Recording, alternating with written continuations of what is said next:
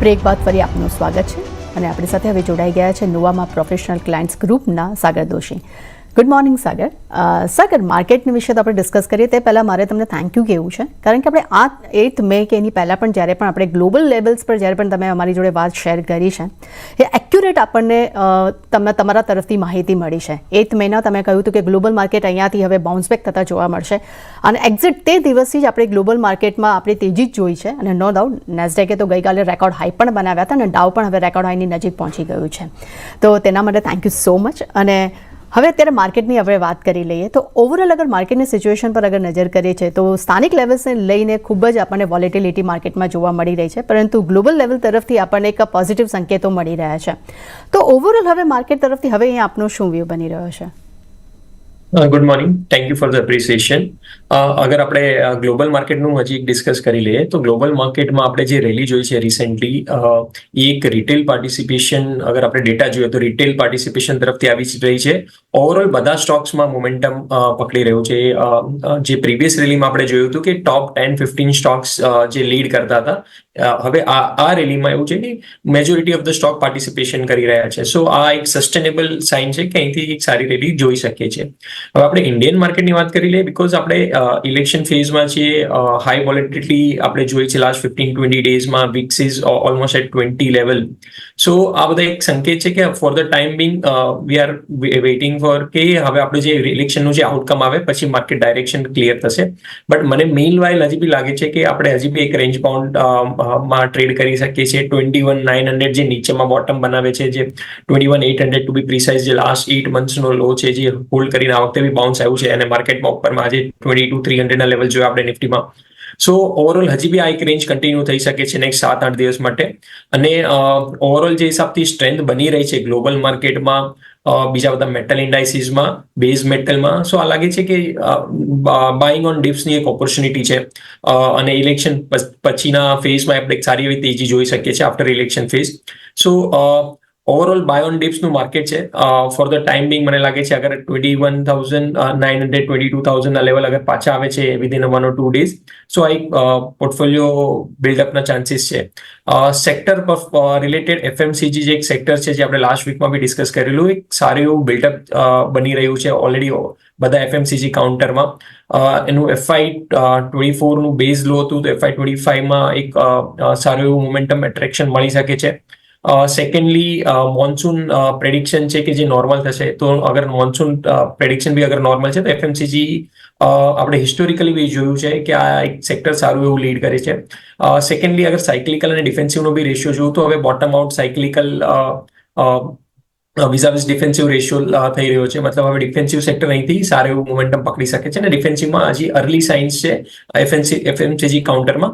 તો આ એક સેક્ટરને વોચ કરવું જોઈએ. સેકન્ડ જે સેક્ટર જે આપણે જે પોર્ટફોલિયો બેઝિસ પર જોવાનું છે એ એક મેટલ છે, ઇરિસ્પેક્ટિવ કે સાયક્લિકલ છે. બટ એમાં અગર આપણે ઓવરઓલ બધા જે ફેક્ટર જોઈએ, બેઝ મેટલના પ્રાઇસીસ જોઈએ, LME ઇન્ડેક્સ કરીને ઇન્ડેક્સના પ્રાઇસીસ જોઈએ, જે મલ્ટી યર બ્રેકઆઉટ આવ્યું છે, જે 10 year 20 yearsના જે બ્રેકઆઉટ લેવલ છે એ આવ્યા છે.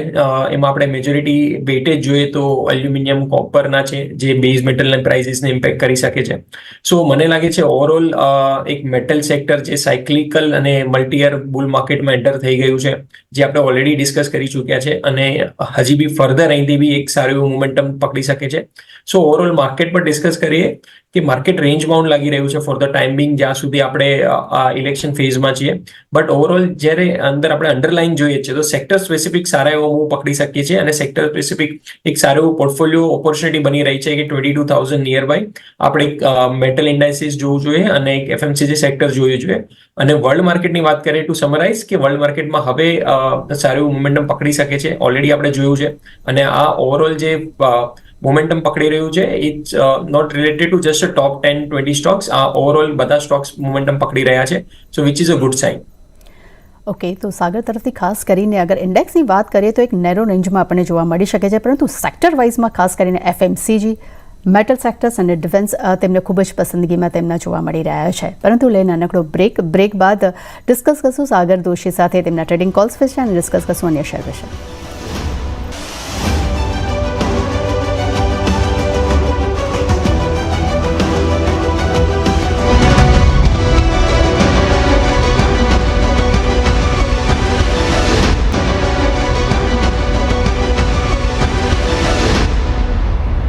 બ્રેક બાદ ફરી આપનું સ્વાગત છે. સાગર દોશી આપણી સાથે જોડાયેલા છે. સાગર, ટ્રેડિંગ કોલ્સ આપના તરફથી આજે કયા બની રહ્યા છે? જે સેક્ટરની વાત કરી, જે મેટલ સેક્ટરની વાત કરી, તો એમાંથી જ આપણે આજે ટ્રેડિંગ કોલ્સ લઈ શકીએ છીએ.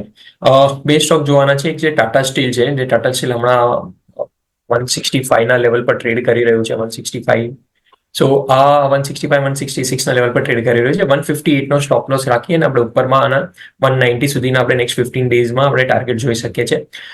અગર આ સેક્ટરની વાત કરું તો આપણે ઓલરેડી ડિસ્કસ કર્યું છે કે ઓવરઓલ મેટલ સેક્ટરમાં એક સારી એવી તેજી લાગી રહી છે. ટાટા સ્ટીલની વાત કરું તો ટાટા સ્ટીલ લાસ્ટ 2 મંથ્સમાં 150 અને 165 ની રેન્જમાં ટ્રેડ કરી રહ્યું છે. બટ હવે આજે જે 20 DMA ઉપર એનું બ્રેકઆઉટ આવ્યું છે, ફોલિંગ ટ્રેન્ડ લાઇનનું બ્રેકઆઉટ આવ્યું છે, લાગી રહ્યું છે કે હવે આ સ્ટોક અહીંથી મૂવ કરે. બાકી બધા સ્ટોક્સ ઓલરેડી મૂવ થઈ ચૂક્યા છે. આપણે લાસ્ટ વીકમાં VADL નું ડિસ્કસ કરેલું, સો એ સ્ટોક બી એક સારું એવું લાગી રહ્યું છે. But four the time Bing 165 166 ના લેવલ પર આપણે ટાટા સ્ટીલમાં બેટ લાવવી જોઈએ. 158 નો સ્ટોપ લોસ રાખીને આપણે 195 સુધીના ટાર્ગેટ જોઈ શકીએ છીએ. સેકન્ડ કાઉન્ટર છે મિશ્ર ધાતુ, જે મિથાની અરાઉન્ડ 448 449 ના લેવલ પર ટ્રેડ કરી રહ્યું છે. કરંટ ભાવ પર લઈ શકીએ છીએ આને. એક ઇન્વર્સ HNS બ્રેકઆઉટ આવી રહ્યું છે આ સ્ટોકમાં, અને લાસ્ટ 4 મંથ્સનું કન્સોલિડેશન પેટર્નનું બી એક બ્રેકઆઉટ આવી રહ્યું છે. અગર હું ઓવરઓલ પેટર્નની વાત કરું તો ઉપરમાં 650 સુધી લાગી રહ્યું છે. બટ આપણે ટ્રેડિંગ કોલ્સની અગર જસ્ટ વાત કરીએ તો કરંટ લેવલ પર લઈ અને 490 500 સુધીના એક લેવલ જોઈ શકીએ છીએ. અને આ કાઉન્ટરમાં જે સ્ટોપ લોસ રાખવાનો છે એ અરાઉન્ડ 435 નો રાખવાનો છે, અને ઉપરમાં 490 500 નું શોર્ટ ટર્મ લાગી રહ્યું છે. બટ ઓવરઓલ અગર પોર્ટફોલિયોમાં બી આપણે રાખીએ છીએ આ સ્ટોકને તો 650 સુધીના લેવલ આપણે જોઈ શકીએ છીએ. સો આ બંને કાઉન્ટર પર એક વોચ રાખીને ચાલી શકીએ છીએ. ઓકે, તો સાગર તરફથી બે ટ્રેડિંગ કોલ્સ જોવા મળી રહ્યા છે. પહેલું કાઉન્ટર જે છે ટાટા સ્ટીલ 158ના સ્ટોપ લોસ સાથે તમે ખરીદી કરી શકો છો, ઉપર ટાર્ગેટ 190ના. અને સેકન્ડ છે મિશ્ર ધાતુ, તેના માટે 435ના તમારે સ્ટોપ લોસ રાખવાના રહેશે અને ઉપર 490 થી 500 સુધીના તેઓ ટાર્ગેટ્સ આપી રહ્યા છે. સાગર, આજે નેક્સ્ટ કાઉન્ટર જેના પર ખાસ નજર છે, જે મિડ કેપના ટોપ ગેનર્સથી જ વાત કરીએ તો ઓબેરો રિયલ્ટી સારા પરિણામ આવ્યા છે. નો ડાઉટ નફો તેનો લગભગ આપણને 64% વધતો જોવા મળ્યો છે. માર્જિન્સમાં પણ આપણને અપ્રોક્સ બમણા આપણને માર્જિન આવતા જોવા મળ્યા છે. અને અત્યારે ઓબેરો રિયલ્ટીની વાત કરશું તો ઓલ ટાઈમ હાઈ પણ તેને બનાવ્યા છે. તો ઓબેરો રિયલ્ટીને લઈને હવે અહીંયા શું વ્યૂ બની રહ્યો છે આપનો?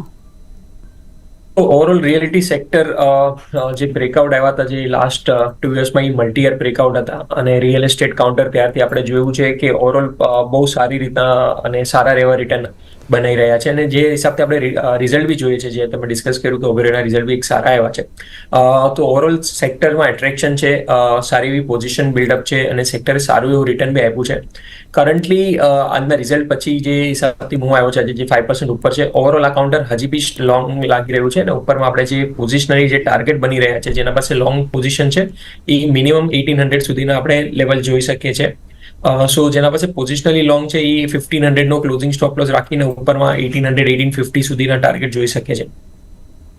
ઓકે, તો ઓબેરો રિયલ્ટી માટે તેઓ પોઝિશન હોલ્ડ કરવાની સલાહ આપી રહ્યા છે. જેમની પાસે પોઝિશન છે તે હોલ્ડ રાખી શકે છે. 1500ના સ્ટોપ લોસ અને ઉપર ટાર્ગેટ તેઓ 1800 સુધીના આપી રહ્યા છે. સેકન્ડ નેક્સ્ટ કાઉન્ટર જેના પર આજે ખાસ નજર છે નવીન ફ્લોરિનને લઈને બ્રોકરેજ રિપોર્ટ આવ્યા છે, જેમાં ખાસ કરીને યુબીએસસી તરફથી બાય રેટિંગ આપણને જોવા મળ્યા છે, અને લક્ષ્યાંક પણ તેમને 4250 સુધીના તેમને વધાર્યા છે.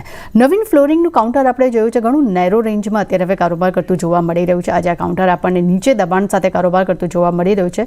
હાઈ તો ઓપન તો ખૂબ જ પોઝિટિવ આપણે જોયું હતું, પરંતુ અત્યારે હવે ડે લો પર કારોબાર કરી રહ્યો છે. નવીન ફ્લોરિનને લઈને આપનો શું મત બની રહ્યો છે? સો આપણા એક સેક્ટર જે ડિસ્કસ કર્યું હતું આપણે એપ્રિલ સ્ટાર્ટિંગના ફેઝમાં આપણે એક સેક્ટર ડિસ્કસ કરેલું, જે હતું આ કેમિકલ સેક્ટર જે ડિસ્કસ કરેલું. એમાં નવીન, SRF અને PI આ 3 સેક્ટરમાં સ્ટોકમાં આપણે વાત કરેલી કે બોટમ આઉટ ફોર્મેશન લાગી રહ્યા છે. સો ત્યારે આપણે અરાઉન્ડ 3050ના લેવલથી 4000 સુધીનું વ્યૂ એક બની રહ્યું હતું. અત્યારે અરાઉન્ડ 3300 3330ના લેવલ પર ટ્રેડ કરી રહ્યું છે. આ કાઉન્ટર અત્યારે રીટેસ્ટ લેવલ પર છે, જે બ્રેકઆઉટ આવ્યા હતા એના રીટેસ્ટની નેર છે. મને લાગે છે આ કાઉન્ટરમાં 3200ના સ્ટોપ લોસથી એકવાર લોંગ કરીને 38 થી 4000ના લેવલ સુધી આપણે જોઈ શકીએ છીએ. જે હિસાબથી એમાં બોટમ આઉટ ફોર્મેશન થયું છે, એ લાગી રહ્યું છે કે આ જે બેરિશ ટ્રેન્ડ છે, જે લાસ્ટ 2 વર્ષનું જે કાઉન્ટરે અંડર પરફોર્મ કર્યું છે એન્ટાયર માર્કેટને, હવે આ બેરિશ ટ્રેન્ડનું એન્ડ થવાના ચાન્સીસ લાગી રહ્યા છે. જે કરેક્શન થયું છે એ 50% પૂરા રેલીનું કરેક્શન થઈ ચૂક્યું છે.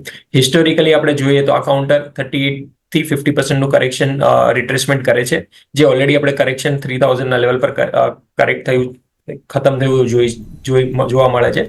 સેકન્ડલી, આ કાઉન્ટરમાં જે રિટ્રેસમેન્ટ લેવલ બી છે, જે ઉપરથી જે ફોલિંગનું આવે છે, મિનિમમ 38 to 4,000 લેવલનું આવી રહ્યું છે.